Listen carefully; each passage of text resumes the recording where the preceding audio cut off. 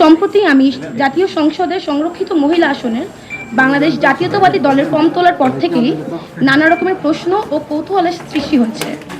মূলত আমি কেন সংরক্ষিত নারী আসনের মনোনয়ন প্রার্থী এবং আমি বিএনপির পক্ষ থেকে সংসদে কেন যেতে চাই, সেই সকল প্রশ্নের উত্তর দিতেই আজকের এই সংবাদ সম্মেলনের আয়োজন। সেই জায়গা থেকে আমি নিজেকে যোগ্য বলে মনে করছি, কারণ আমি অতীতে নারীদের অধিকার নিয়ে সোচ্চার থেকেছি। নারীদের উপর হওয়া জুলুম নিপীড়নের বিরুদ্ধে আমার কণ্ঠ সবসময় জারি রেখেছি। আমি এমপি নির্বাচিত হলে নারীদের ক্ষুদ্র থেকে ক্ষুদ্রতর সকল সমস্যাকে জাতীয় সংসদে নিয়ে আসতে ওয়াদাবদ্ধ।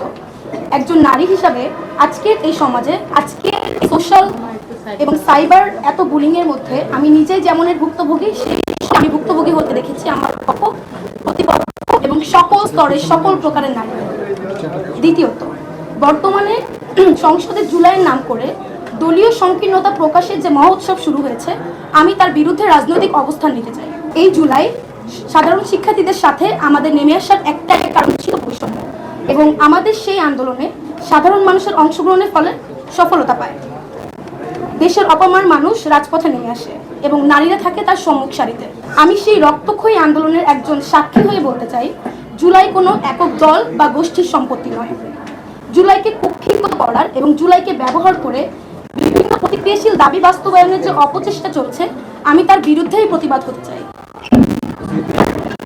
জুলাইকে কুক্ষিগত করে একের পর এক আমরা দেখেছি মুক্তিযুদ্ধকে আক্রান্ত করা হচ্ছে, সংবিধানকে আক্রান্ত করা হচ্ছে, মবকে লিগালাইজ করা হচ্ছে এবং সকল অরাজনৈতিক চর্চা যে শুরু হয়েছে, প্রবাসী শ্রমিক কৃষকের অধিকার বাস্তবায়নে নিরলসভাবে কাজ করতে চাই।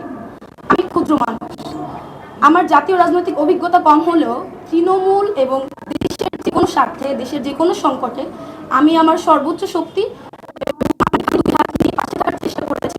আমি আমার সাহস, আমার পরিশ্রম, আমার সততা এবং বাংলাদেশ জাতীয়তাবাদী দলের আদর্শ চর্চার প্রতিশ্রুতিকে অভ্যর্থনা জানিয়ে দলের অভিজ্ঞ রাজনৈতিক ব্যক্তিদের সহচর্যে থেকে এদেশের সকল নারী, শিশু, শ্রমিক, প্রবাসী, আদিবাসী, মাজারপন্থী, হিন্দু, মুসলিম, বৌদ্ধ, খ্রিস্টান এবং অন্যান্য সকল ধর্ম ও মত নির্বিশেষে দেশের নিপীড়িত, অত্যাচারিত মানুষের কণ্ঠস্বর হয়ে সংসদে প্রবেশ করতে চাই। কারণ আমি বিশ্বাস করি ৭১ আমার শক্তি, মুক্তিযুদ্ধ আমার অনুপ্রেরণা এবং ২৪ আমার সাহস। তার এত বছর এত রকমের সংগ্রাম করেছেন, এতভাবে অত্যাচারিত হয়েছেন, দীর্ঘ সময় ধরে অত্যাচারিত হয়েছেন, তাদেরই কিন্তু এই দীর্ঘ সময়ের লড়াইয়ের একটা প্রতিফলন হচ্ছে জুলাই আন্দোলন। হ্যাঁ, যে দীর্ঘ ১৭ মাসে আমাদের যে অত্যাচার ছিল, যে নিপীড়নের মাধ্যমে মানুষ গিয়েছে, সেটারই একটা প্রতিফলন ঘটেছে সারা দেশের সকল স্তরের মানুষের মাধ্যমে জুলাই আন্দোলনে।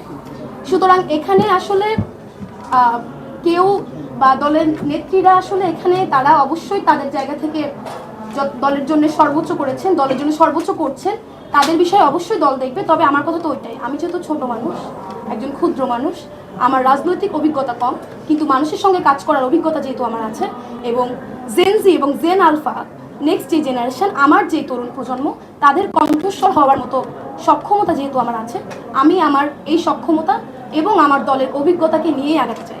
আসলে ২০০০ টাকা এবং এরপর জমানত হিসাবে দলকে ৫০,০০০ টাকা দিতে হয়। সেই ৫০,০০০ টাকায় আমি আসলে দিচ্ছিলাম।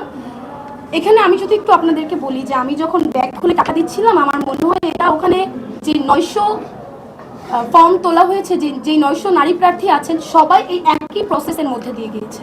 এখন আপনার বিষয় হচ্ছে যে আমি যে এই স্বাভাবিক কাজটা করতেছি, এইটাকে এতটা হাইলাইট যে আমি ব্যাগ থেকে টাকা বের করছি, এটা তো আসলে একটা দরকার নেই। এটা একটা স্বাভাবিক প্রক্রিয়া, এটা সবাই করেছেন এবং এই প্রক্রিয়ার মধ্যে দিয়ে আমাকেও যেতে হয়েছে।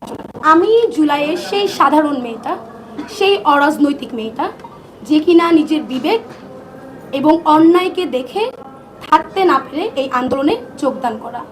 আন্দোলনের পর আমার যে স্বাভাবিক কার্যক্রম, আমার সমাজসেবা, আমার মানব সেবা, আমার মানুষের জন্য করা কাজ, আমার মানবাধিকার নিয়ে করা কাজ, আমি আমার সেই কাজগুলো করছিলাম। আপনি বলতে পারেন যে এখন সেই জায়গা থেকে আমি রাজনীতিতে কেন? দীর্ঘ সময় আমি আসলে জেনেছি, আমার অভিজ্ঞতার দরকার ছিল, আমি সেটাকে আহরণের চেষ্টা করেছি। একই সাথে আমি যখন দেখলাম আমাদের জুলাইকে কুক্ষিগত করে বিভিন্ন মহল তাদের ব্যক্তি স্বাধীনতা বা দলীয় স্বাধীনতা হাসিলের চেষ্টা করছে, জুলাইকে ফ্যাসিস্ট আওয়ামী লীগের মতো ৭১কে যেমন তাদের নিজস্ব সম্পদ সম্পত্তি তারা বানিয়ে ফেলেছিল, জুলাইকেও কোনো না কোনো পক্ষ তাদের নিজস্ব দলীয় সম্পত্তি বানানোর চেষ্টা করেছে। তখন আমার মনে হয়েছে যেহেতু আমি এই আন্দোলনের একজন নেতৃত্ব দানকারী, আমার দায়বদ্ধতা আছে পুরো দেশের কাছে, সেই দায়বদ্ধতার জায়গা থেকে আমি রাজনীতিতে আসা এবং আমার জুলাইকে এই কুক্ষিগত করার হাত থেকে রক্ষা করার দায়িত্ব অবশ্যই আমার সবার।